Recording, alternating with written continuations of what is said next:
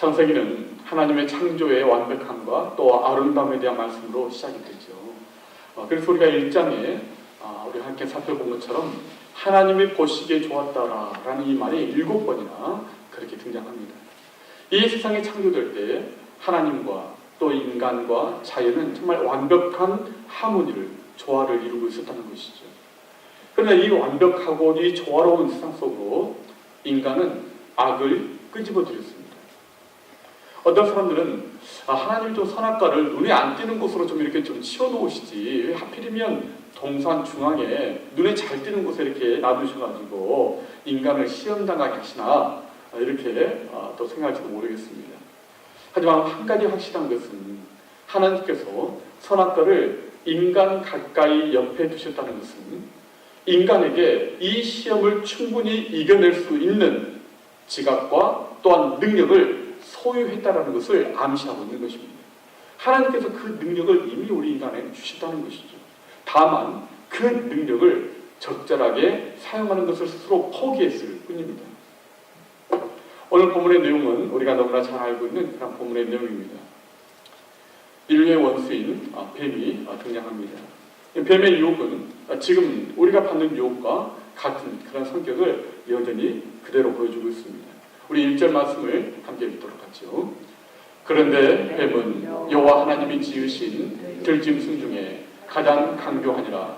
뱀이 여자에게 물어 이르되 하나님이 참으로 너희에게 동산 모든 나무의 열매를 먹지 말라 하시느냐. 뱀은 아주 교묘하고 아주 자극적인 그런 말로 화를 유혹합니다. 하나님이 진짜로 동산 안에 있는 나무의 열매를 먹지 말라던 이렇게 물어봅니다. 근데 사실 그것은 질문이라기보다는 뱀이 야 어떻게 하나님 그런 말씀을 다 하시냐, 야 나도 못 믿겠다, 이런 뉘앙스입니다. 그리고 하나님이 주신 동산의 모든 나무의 열매를 주제로 삼는 것이 아니라 하나님이 주시지 않은 것 한 가지만 대화의 주제로 딱 끄집어내서 그것을 사용합니다. 얼마나 뱀이 강교한지 몰라요. 여러분, 유혹이라는 것이 이런 것입니다. 이미 가지고 있는 좋은 것 10가지보다요 내가 갖지 못한 것 한 가지를 통해서 사람의 마음을 자극하는 것입니다. 그리고 사람의 마음을 유혹하는 것이죠. 그 마음속에 퀘스천 마크를 딱 찍어놓는 것입니다. 마귀는요 지금도 이런 방식으로 역사합니다. 하나님에 대해서 퀘스천 마크를 딱 찍어놓습니다. 왜 하나님이 이렇게 하셨지? 하나님이 주신 그 풍성한 은혜에도 불구하고 하나님이 주시지 않은 것 그 한 가지를 가지고 하나님에 대해서 퀘스천 마크를 딱 찍게 만듭니다.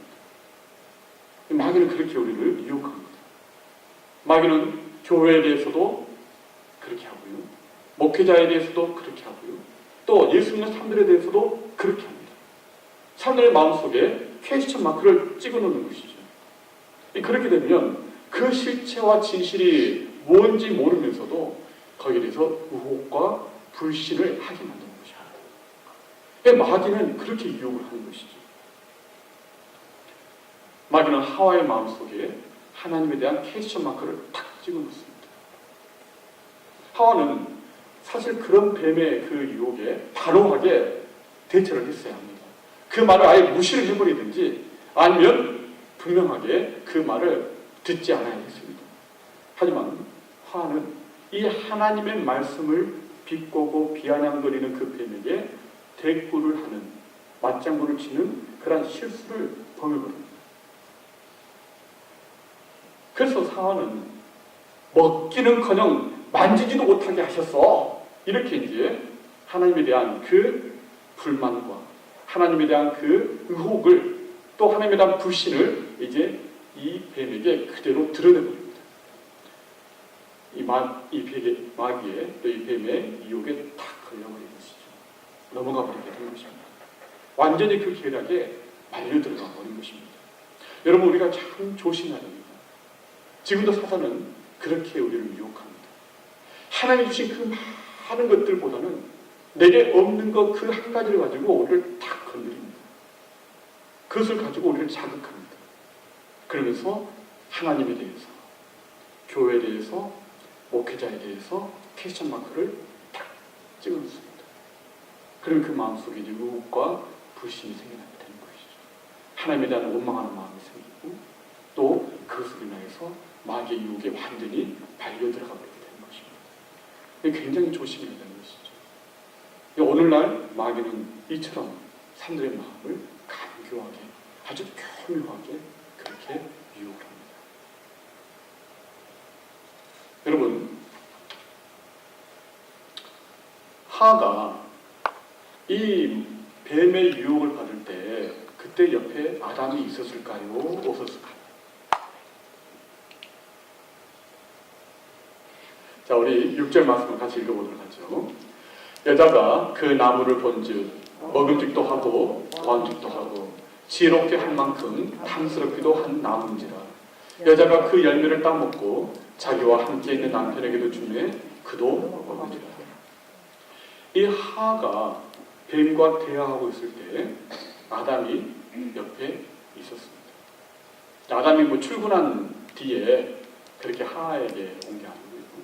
옆에 아담이 있었습니다. 아담도 함께 있으면서 함께 범죄한 것입니다.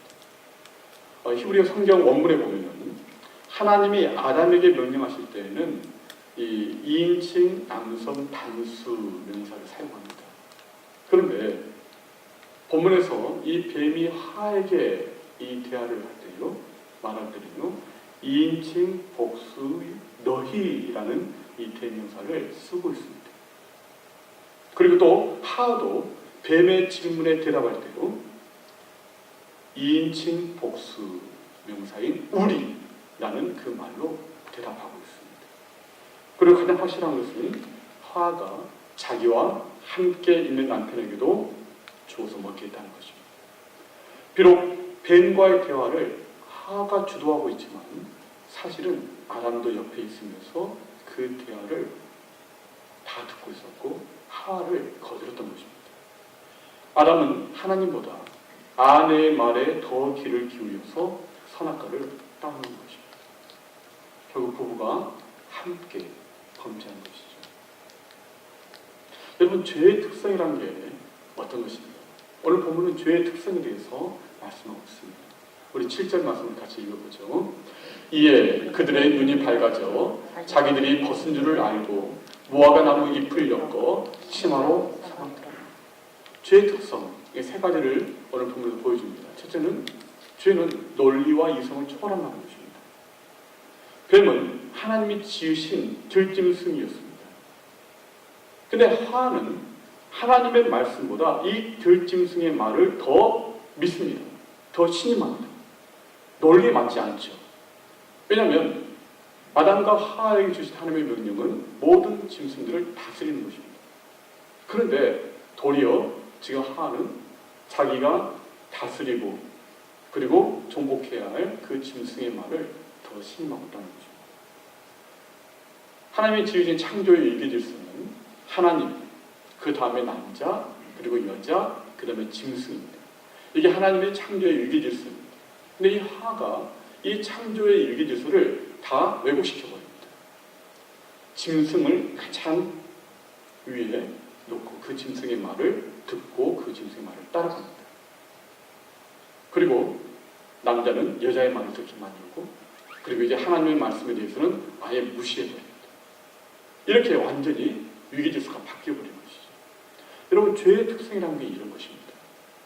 죄는 우리 안에 하나님이 세우신 위계질서를 완전히 뒤집어버리는 것입니다. 그래서 하나님을 저 멀리 그리고 저 밑으로 하나님의 말씀과 하나님의 그 권위에 대해서 인정을 하지 않는, 무시해버리는 그런 이런 왜곡이 일어나게 되는 것이죠. 우리가 죄는 추하고 더러운 것이라고 말을 합니다. 하지만 여러분, 그 더럽고 추한 죄가요, 우리에게 다가올 때는요, 그렇게 더럽고 추한 모습으로 다가오지 않습니다. 더럽고 추하면 우리가 멀리하겠죠. 그런데 이 죄는 그렇게 다가오지 않고요, 보완직도 하고 먹음직도 한 매력이 있고 그리고 느낌이 좋고 호감이 가는 그런 모습으로 우리에게 다가옵니다. 그래서 우리가 그 죄의 유혹을 뿌리치지 못하는 것이죠. 쉽게 그 죄의 유혹에 넘어가 버리고 마는 것입니다. 그래서 이 죄는요, 논리와 이성을 초월해버리는 것이죠. 이것이 아니라는 걸 알면서, 또 이래서는 안 된다는 걸 알면서 그 유혹에 넘어가 버립니다. 내 논리적으로, 내 이성으로는 그렇게 가면 안 된다는 거 압니다. 또 그렇게 하면 안 된다는 거 압니다. 그런데 이 죄의 유혹은 우리의 논리와 이성을 초월해버립니다. 정말 어처구니 없는 일을, 또한 말도 안 되는 그런 일을 행하도록 만들어버립니다.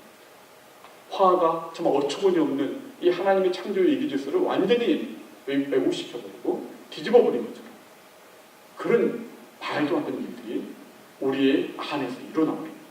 그 일을 해버립니다. 바로 이것이 죄의 특성입니다. 죄는 우리의 논리와 이성을 초월해버리는 것이죠.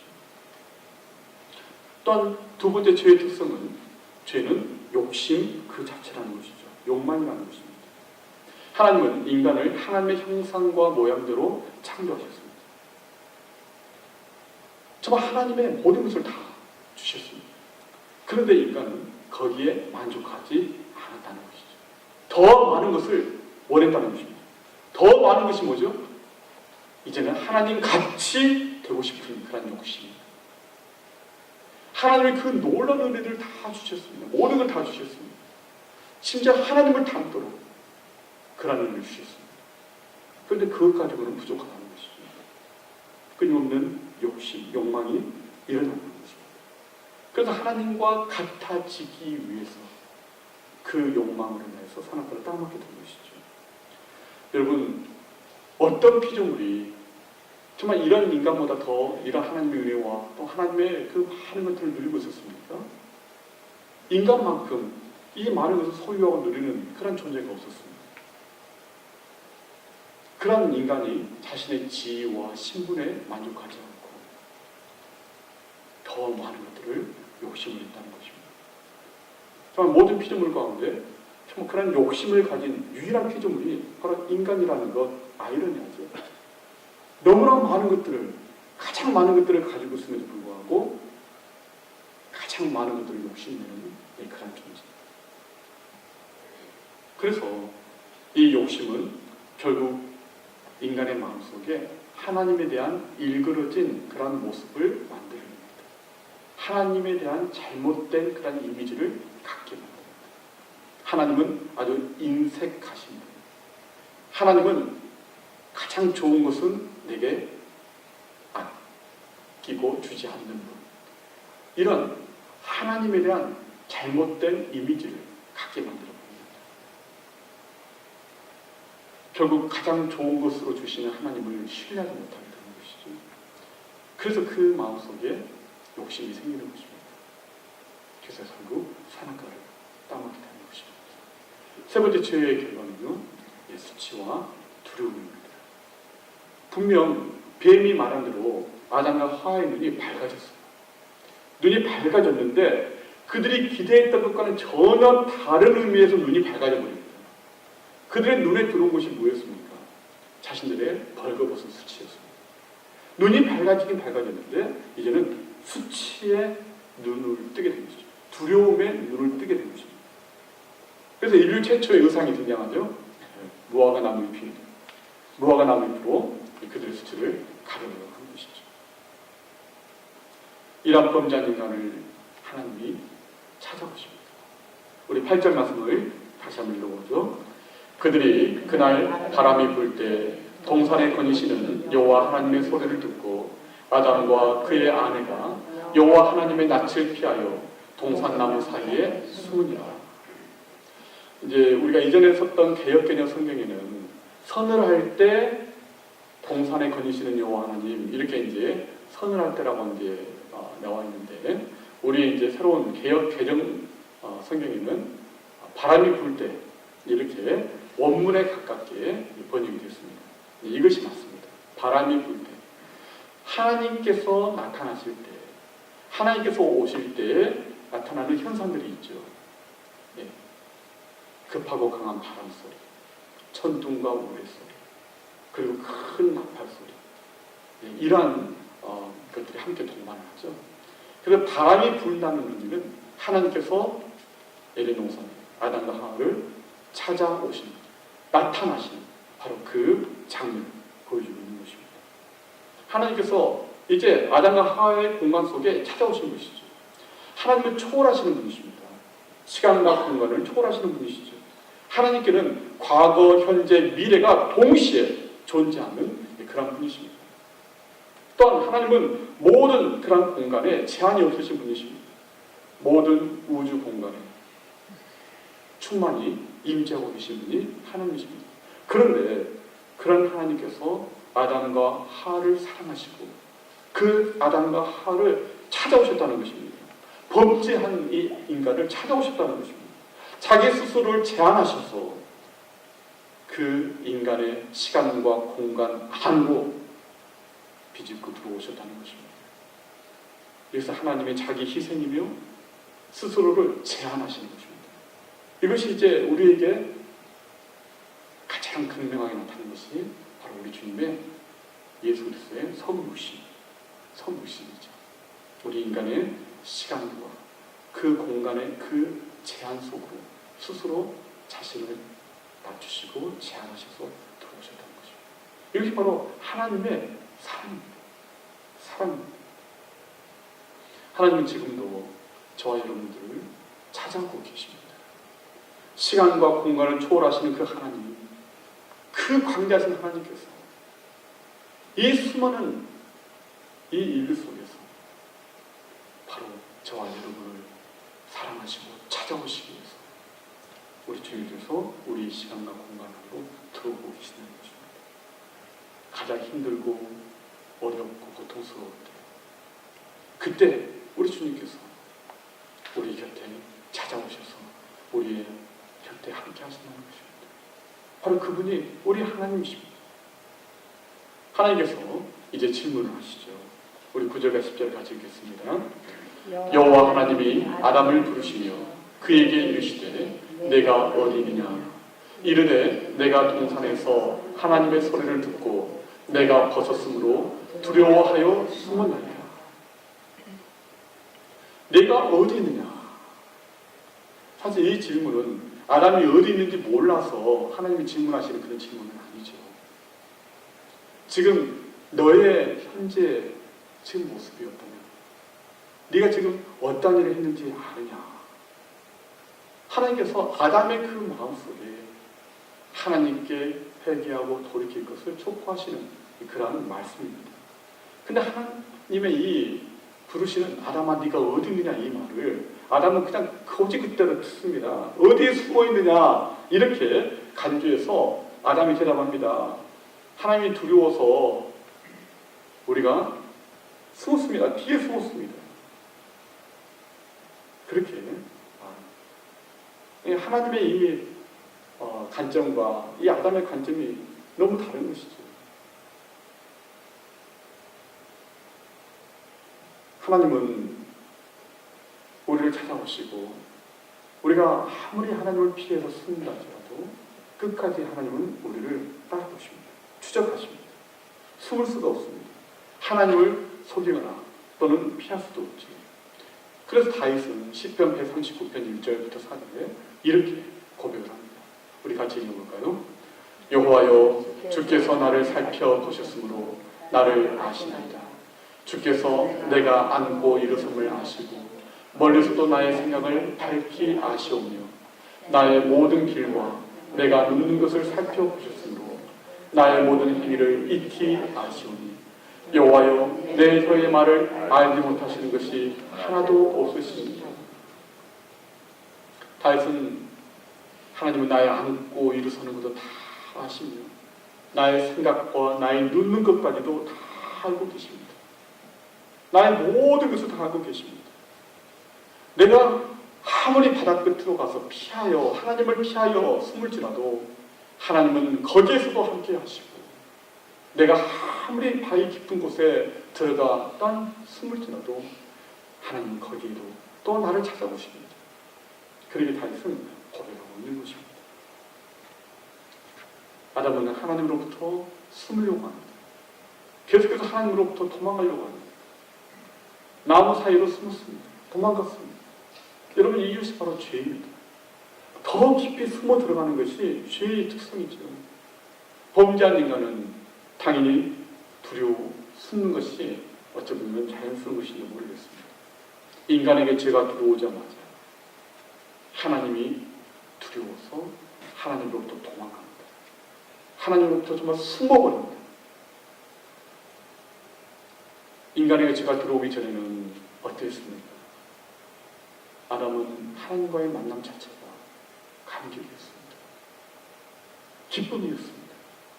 하나님과 함께 에덴 동산을 거닐었다고 말하고 있습니다. 하나님과 순간순간 끊임없이 대화를 나누는 그런 정겨운 그런 관계가 하나님과의 관계였습니다. 하나님 말만 들어도 아담은 너무너무 반갑고 너무 좋았습니다. 마음속에 감격이 됐습니다. 마음속에 은혜가 됐습니다. 아담아 부르시면 마치 아기가 엄마의 음성을 듣고 엄마를 향하여 방긋 웃듯이 아담이 하나님을 그렇게 반겼습니다. 근데 죄가 들어오자 어떻게 바뀌었습니까? 이제 하나님이 부담스러웠습니다. 하나님이 두려웠습니다. 하나님으로부터 멀리 도망가고 싶습니다. 숨어버리고 싶습니다. 죄를 짓는 순간부터 모든 것이 그렇게 변하고 만 것이죠. 하나님이란 존재가 부담이 되어버리는 그런 존재가 되기 시작했다는 것입니다.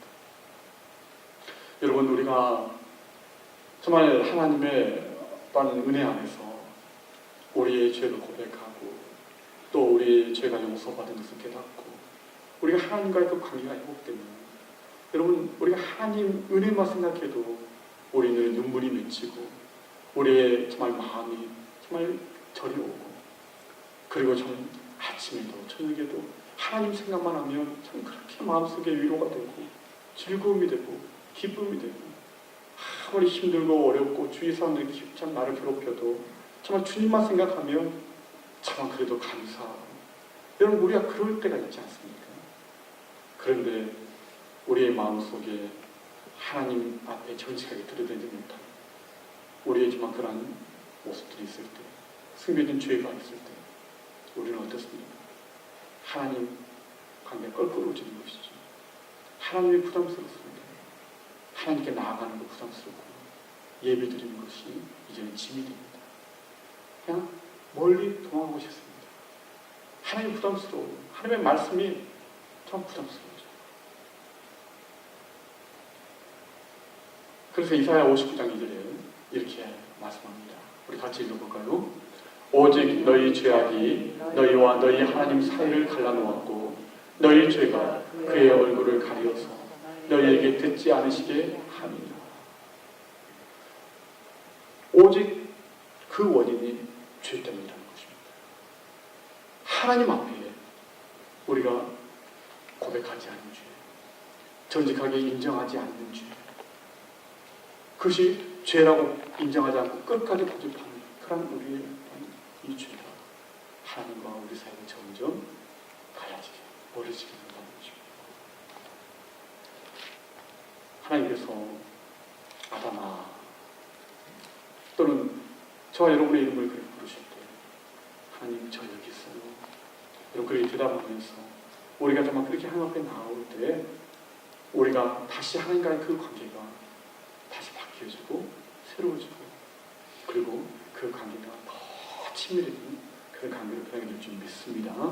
여러분 혹시 여러분의 심령 가운데 이러한 하나님과의 관계에서 편안함을 누리지 못하고 있다면 또 하나님이 정말 멀리 느껴지게 되고 있다면 또 하나님으로부터 정말 멀리 도망가고 싶은 그런 마음이 있다면 숨어버리고 싶은 마음이 있다면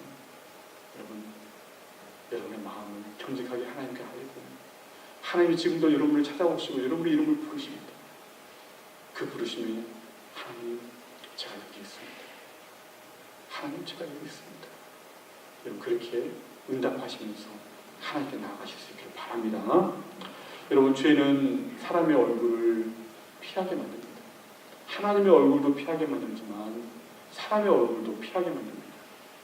여러분들이 사람의 딴 얼굴을 자꾸 피하고 또 숨는 이유도 여러분 마음 가운데 죄와 어둠이 있기 때문입니다. 여러분 부부가 서로 갑자기 얼굴을 보는 것을 피하게 되면요, 뭔가 그 사이에 문제가 생기는 거죠.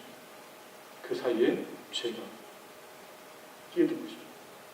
자식이 자꾸 부모를 보면서 자꾸 그 눈빛을 피하고 눈빛이 달라지면 이미 그 부모와 자녀 사이에 잘못된 뭔가가 끼어든 것입니다. 하나님의 얼굴을 피하고 교회를 피하고 또 목회자를 피하고 예수 믿는 사람들을 피하고 거부할 때 그때 이미 그 영혼은 병이 든 것이죠. 여러분, 죄가 없을 때에는 모든 것이 굉장히 투명합니다. 모든 것이 클리어합니다. 모든 것이 명료합니다. 떳떳하고 자신 있습니다. 그런데 죄가 그 사이에 끼어들게 되면 모든 것이 흐려집니다. 불투명해집니다. 숨게 됩니다. 거짓말을 하게 됩니다. 그리고 하나의 거짓말은 또 다른 거짓말을 낳게 됩니다. 여러분, 만약에 문제가 있다면, 문제가 생겼다면 빨리 하나님께 나오시길 바랍니다. 여러분, 여러분에게 수치스럽고 부끄러운 일이 있다면 그것을 감추거나 막으려고 하지 마십시오. 더 나빠질 뿐입니다. 이것을 해결할 수 있는 방법은 오직 하나밖에 없습니다. 예수님께 나아가는 것입니다. 그분의 치유와 또 그분의 또한 용서를 우리가 경험하는 것입니다. 무화과 나무 잎이 아담과 하와의 그 수치를 가려주지 못했습니다. 그것처럼 여러분의 행위가 여러분의 수치를 가려주지 못합니다. 오직 예수님의 흘리신 보혈로만 우리의 수치가 가려지게 됩니다. 오직 그분의 용서만이 우리의 모든 그러한 부끄러움을 치유합니다. 하나님의 얼굴을 피하지 마시고, 그리고 아무리 어렵게 힘들더라도 피하거나 숨지 마시기 바랍니다. 여러분 마음속에 하나님과의 관계가 정말 심리하고 그리고 또 아름다운 관계로 그렇게 회복될 수 있기를 바랍니다. 여러분, 예수님께 나오면 우리의 수치가 벗겨집니다. 또한 우리의 모든 저주와 심판은 축복으로 바뀌게 되는 것입니다. 여러분, 모든 인간들은 하나님으로부터 숨으려고 합니다. 하지만 하나님은 결코 포기하지 않으십니다. 하나님께서는 하늘 끝까지, 또 바다 끝까지, 또 땅 끝까지 결국 하나님의 그 사람들을 찾아내시고 또 하나님께서 그 사람들을 끝까지 회복하십니다. 그리고 함께 하십니다. 이것이 하나님의 사랑입니다. 우리 인생은 하나님으로부터 끊임없이 도망가려고 하는 인생입니다. 우리가 범행을 저지르는 사람들이 이제 지명수배를 받으면 도망을 다니죠. 죄를 지으면 도망 다니게 되는 것입니다. 자식이 죄를 지으면 부모로부터 도망가려고 합니다. 남편이 죄를 지으면 아내로부터 도망가려고 합니다. 또 누군가 나에게 심한 고통을 주면 또 도망가려고 합니다. 그래서 잠언에 보면은 악한 자가 권력을 잡으면 의인들이 숨는다라고 이렇게 말씀하고 있습니다. 도망가는 것이죠. 여러분, 여러분의 마음속에 모든 두려움과 공포에서 벗어나기를 축원합니다. 하나님은 우리에게 두려워 말라, 놀라지 말라, 그리고 이렇게 말씀하셨습니다. 두려움과 자질에서 벗어나라는 것입니다. 아담은 하나님이 찾아왔음에도 불구하고 여전히 두려워했습니다. 여전히 숨으려고 했습니다.